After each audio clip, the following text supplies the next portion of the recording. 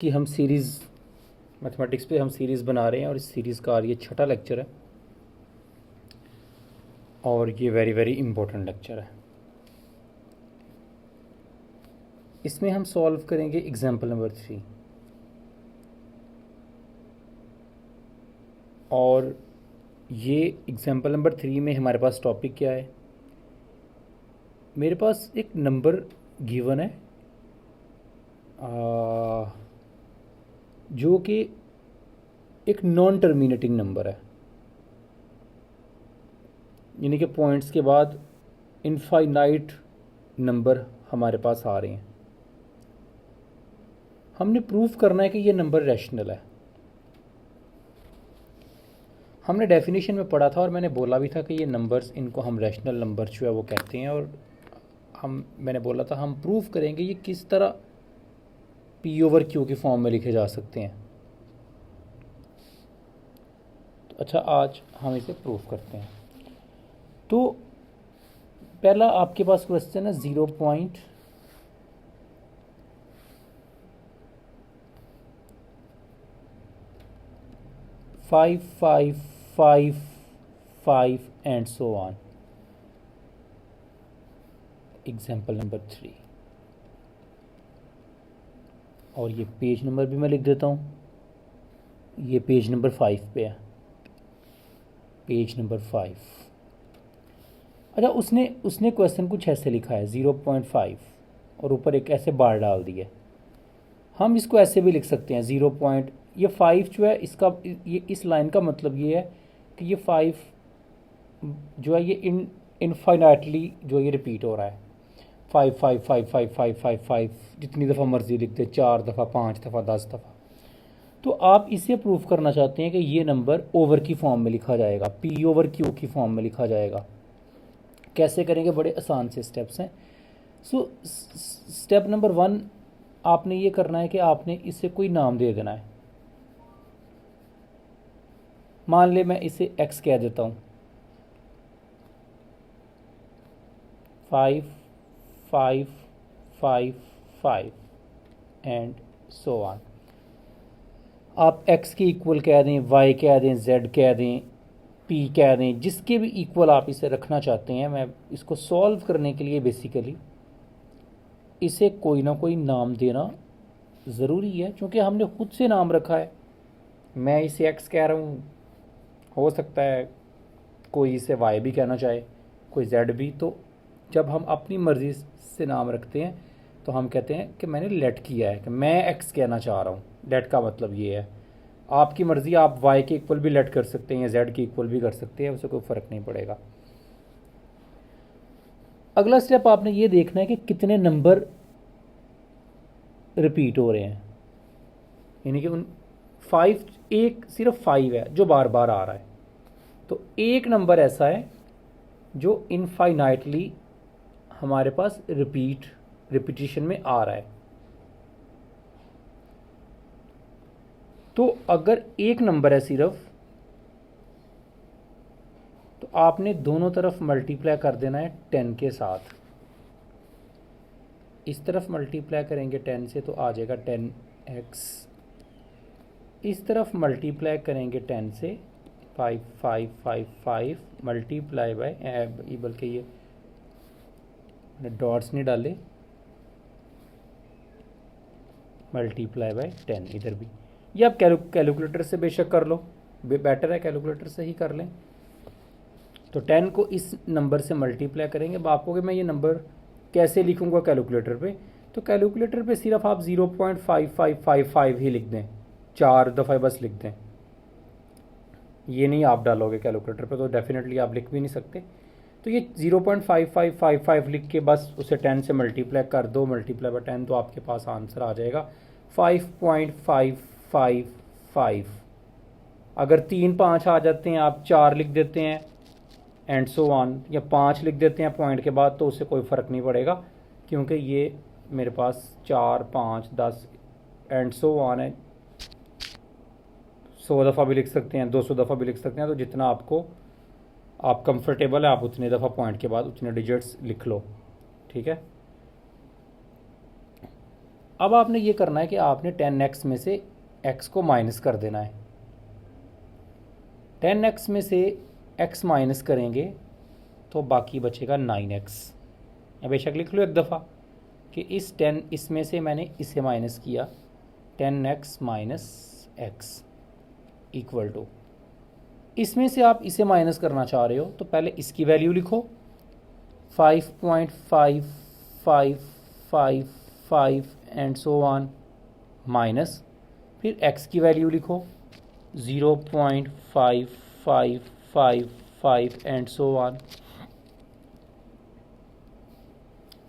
ठीक है, 10x में से 1x माइनस करेंगे तो 9x आ जाएगा। अच्छा, इसे ऐसे लिख सकते हैं, ये वाला जो 5 है इसे लैदा कर सकते हैं, जो पॉइंट के पहले वाला हिस्सा है, प्लस इसमें ये चीज़ प्लस हो, यानी कि ये 5 और 7 ये थोड़ा ऊपर एक्स्ट्रा है, तो 5 के अंदर ये आप इस तरह से लिख दो, 0.555 लिख दो फिर भी सही है। और अगर थोड़ा बेटर करके लिखना चाहते हो तो आप 0.5555 भी लिख सकते हैं। अब 5 को लैदा करते हैं तो ये बाकी जो डेसिमल पार्ट बचता है ये पॉइंट के साथ लिखते हैं या 0 पॉइंट के साथ लिखते, एक ही बात है, माइनस ये वाला वैसे ही, और 0.5555 एंड सो ऑन, ये भी वैसे ही। ये वाला जो पार्ट है ना, देखिए ये भी चलता जा रहा है, ये भी चलता जा रहा है, दोनों एक जैसे ही आपस में कट जाएंगे। तीनों में आप 3 डॉट्स ही डाल लो, ठीक है, ये मैंने एक्स्ट्रा डाल दी हैं। तो ये एक पॉजिटिव है एक नेगेटिव है, ये कट जाएंगे तो बाकी सिर्फ रह जाएगा 5। सो 9x इक्वल आ गया 5 के। अब मैंने किसकी इक्वल लेट किया था, मैंने कहा था x की इक्वल लेट करते हैं, तो मैंने इसी का आंसर बताना है कि ये किसके बराबर होगा, यानी कि मैं x के बारे में जानना चाहता हूँ जिसकी इक्वल लेट की है। तो x के बारे में जानने के लिए मैं फाइनली ये करता हूँ कि इस 9 को इधर मल्टीप्लाई है, इधर आके डिवाइड हो जाएगा 5 के नीचे, तो x इक्वल आ गया 5/9। x किसके बराबर था, x क्या रखा था आपने 0.5555 एंड सो ऑन, उसे आपने x बोला था, तो x की जगह पे वो लगा दें, यानी कि इसको आप 0.555 और ये चलता जा रहा है नॉन टर्मिनेटिंग नंबर है, इसे आप 5/9 भी लिख सकते हो। तो ये आपने इसको लिख के दिखा दिया P/Q की फॉर्म में, ये आपका P है 5 और Q आपका 9 है। तो इसका मतलब है कि ये रैशनल नंबर है, जो ओवर की फॉर्म में लिखे जाते हैं वो रैशनल, नहीं कि इसमें और इसमें कोई फ़र्क नहीं है। आप अपने कैलकुलेटर से भी चेक कर सकते हैं, 5 को अंदर रखें, 9 को डिवाइड कर दें कैलकुलेटर से, तो यही आंसर आएगा। और वैसे भी आप करें तो डायरेक्ट आप डिवाइड तो कर नहीं सकते, ऊपर वाला नंबर छोटा है नीचे वाला बड़ा है, तो पॉइंट लगा के 0 लगाना पड़ेगा। 9 5 45, 5 बचेगा, फिर 0 लगाना पड़ेगा, 9 5 45, फिर 5 बचेगा, फिर 0 लगाना पड़ेगा, 9 5 40। तो आप इसको इस पर डिवाइड करो तो आप देख सकते हो कभी भी डिवाइड नहीं होना, और ये 0.55 ये चलता ही जाना एंड सो ऑन। तो ये वाकई 5 डिवाइडेड बाय 9 करें तो यही आंसर आता है, ये वाला जो है। तो इस तरह से हमने प्रूफ कर दिया कि ये एक हमारे पास रैशनल नंबर है। अच्छा, इधर मैंने एक स्टेप किया था कि इसको इधर इसमें से माइनस कर दें, एग्ज़ाम में आप बेटर तरीके से करना, इसे 1 कह दें, और ये जो 10 से मल्टीप्लाई करके आंसर आया था इसे आप 2 कह दें और लिखें सब्ट्रैक्ट 2 फ्रॉम 1 या 1 फ्रॉम 2, जो भी आप कहना चाहते हैं, यानी कि सब्ट्रैक्ट 2 एंड 1 लिख दें कि 2 और 1 को मैंने सब्ट्रैक्ट किया है, इसमें से जो मल्टीप्लाई करके आया उसमें से जो पहले था मेरे पास उनको माइनस करके मैंने x की, मुझे बेसिकली x चाहिए जिसके इक्वल किया, तो इस तरह से हम कुछ थोड़ा टेक्निक लगा के हम x की वैल्यू निकाल सकते हैं। ठीक है, तो एक अगला क्वेश्चन भी करते हैं, सेकंड पार्ट भी इसका करते हैं, वो थोड़ा सा इससे डिफरेंट भी है। 0.93 इसे भी रैशनल प्रूफ करते हैं हम लोग, 0.93। अच्छा, इसके ऐसे करके है, इसका मतलब ये है कि ये ऐसे है 0.93 93 93 93 एंड सो ऑन, जितनी दफ़ा आपका दिल करता है आप इसे लिख लो। उसी तरह से x के इक्वल लेट कर लेते हैं, 0 पॉइंट लेट लिखते हैं साथ, बेटर है, 0.93 93 93 93 एंड सो ऑन। और अब आप दोनों तरफ किस नंबर से मल्टीप्लाई करोगे, आपको अब बता देना चाहिए कि 93 दो नंबर रिकर्सिव बिहेवियर शो कर रहे हैं, यानी कि बार बार आ रहे हैं 93 इनफाइनाइटली रिपीट हो रहा है। तो अगर एक था तो 10 से किया, दो हैं तो किससे करोगे, 100 से दोनों तरफ मल्टीप्लाई करोगे। अगर 935 अगर ऐसा होता तो 1000 से करते, और यही पैटर्न है। ठीक है, अब आपको पैटर्न समझ आ गया कि किस नंबर से दोनों तरफ मल्टीप्लाई करना है। तो अब की बार हमने 10 से नहीं करना, बल्कि हम लोग दोनों तरफ मल्टीप्लाई करेंगे 100 के साथ।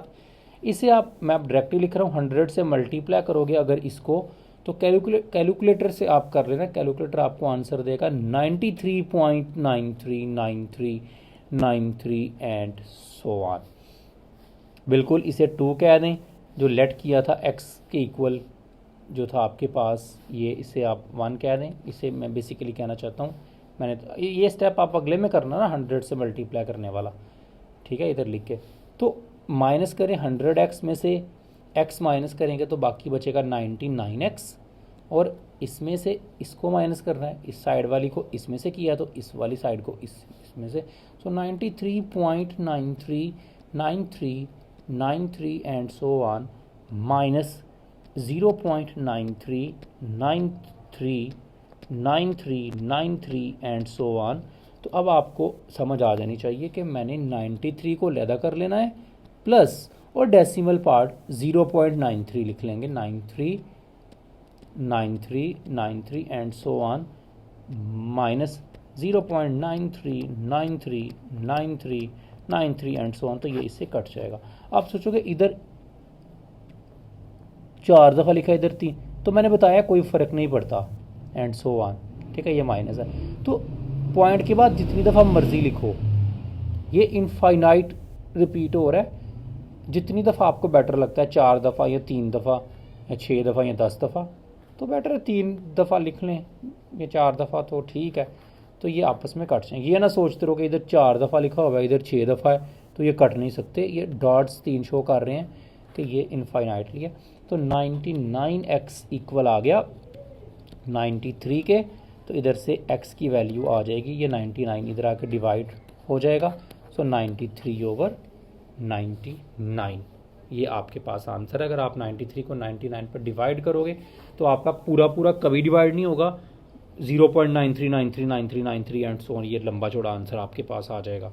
तो इसलिए इसको ये p और ये q, तो आपने p/q की फॉर्म में लिख लिया इस नंबर को, जो आपने जिसे x बोला था, ये वाला नंबर, यानी कि इसका मतलब है ये नंबर आपका रैशनल नंबर है। तो हमने ये जाना कि अगर कोई नंबर पॉइंट के बाद नहीं रुकता, लेकिन एक तरतीब, एक पैटर्न उसमें होता है, रिकर्सिव बिहेवियर शो करता है, तो वो नंबर हमारा रैशनल नंबर ही होता है। तो अगेन मैं बता देता हूँ, अगर एक नंबर पहले से ओवर की फॉर्म में है, ऊपर भी इंटीजर है नीचे भी इंटीजर है, तो वो रैशनल होगा। अगर एक नंबर पॉइंट की फॉर्म में है, ओवर की फॉर्म में नहीं है, लेकिन पॉइंट के बाद वो रुक गया है, तो पॉइंट को ख़त्म करके हम इसे इस तरह की फॉर्म दे सकते हैं, तो भी वह नंबर रैशनल होता है। और अगर एक नंबर नहीं रुकता पॉइंट के बाद, लेकिन एक पैटर्न शो करता है, तो वह नंबर भी रैशनल होगा। तो ये तीनों रैशनल की मेरे पास एग्जाम्पल है। और अगर एक नंबर पॉइंट के बाद नहीं रुकता और कोई रिकर्सिव बिहेवियर भी शो नहीं करता, तो उस नंबर को कभी भी ओवर की फॉर्म में आप चेंज नहीं कर सकते, वो नंबर आपका होगा इरेशनल नंबर, वो रैशनल नंबर नहीं होगा। ठीक है, तो इसी तरह से अगर एक नंबर इस टाइप का आ जाता है ऐसे ओवर की फॉर्म में कि ऊपर वाला नंबर या नीचे वाला नंबर इंटीजर नहीं, 0 + -1 + -2 + -3 में से नहीं आता, बल्कि अगर स्क्वायर रूट की फॉर्म में आ जाता है, तो वो नंबर भी इरेशनल नंबर होगा। सो ये रैशनल ऊपर वाले, नीचे वाले इरेशनल, दोनों को मिला के बनते हैं रियल नंबर्स। इनको भी ले लिया जाए और इनको भी ले लिया जाए तो बस, इसके अलावा और किसी भी चीज़ की ज़रूरत नहीं है। ये रैशनल है तीनों टाइप्स, इन्हें आप रैशनल बोलोगे जो, और जो इस टाइप के हैं उन्हें आप इरेशनल बोलोगे। इन दोनों की जो कलेक्शन होती है, दोनों का जो यूनियन होता है, यूनियन अब लफ्ज़ बोल रहा हूँ, इनका जो यूनियन होता है उससे हम कहते हैं रियल नंबर, यानी कि रियल में रैशनल और इरेशनल दोनों आते हैं। अगर दोनों नंबर्स का कोई आपसे इंटरसेक्शन पूछ ले कि भाई रैशनल और इरेशनल का इंटरसेक्शन क्या होगा, तो आपका आंसर होगा एम्प्टी। जो नंबर रैशनल होता है वो इरेशनल नहीं होता, जो इरेशनल होता है वो नंबर आपका रैशनल नहीं होता। सो दोनों में कोई चीज़ कॉमन नहीं होती, तो इनका इंटरसेक्शन एम्प्टी और यूनियन क्या होता है आपके सारे के सारे रियल नंबर्स। सो ये हमारे लेक्चर का एंड है। अगले लेक्चर नंबर गालबन ये 6 था, ये वाला लेक्चर मेरे ख्याल से 5 नहीं था, 6 था ये वाला। तो आगे चल के हम लेक्चर नंबर 7 में मज़ीद रियल नंबर्स के बारे में बात करेंगे। तब तक के लिए अल्लाह हाफ़िज़।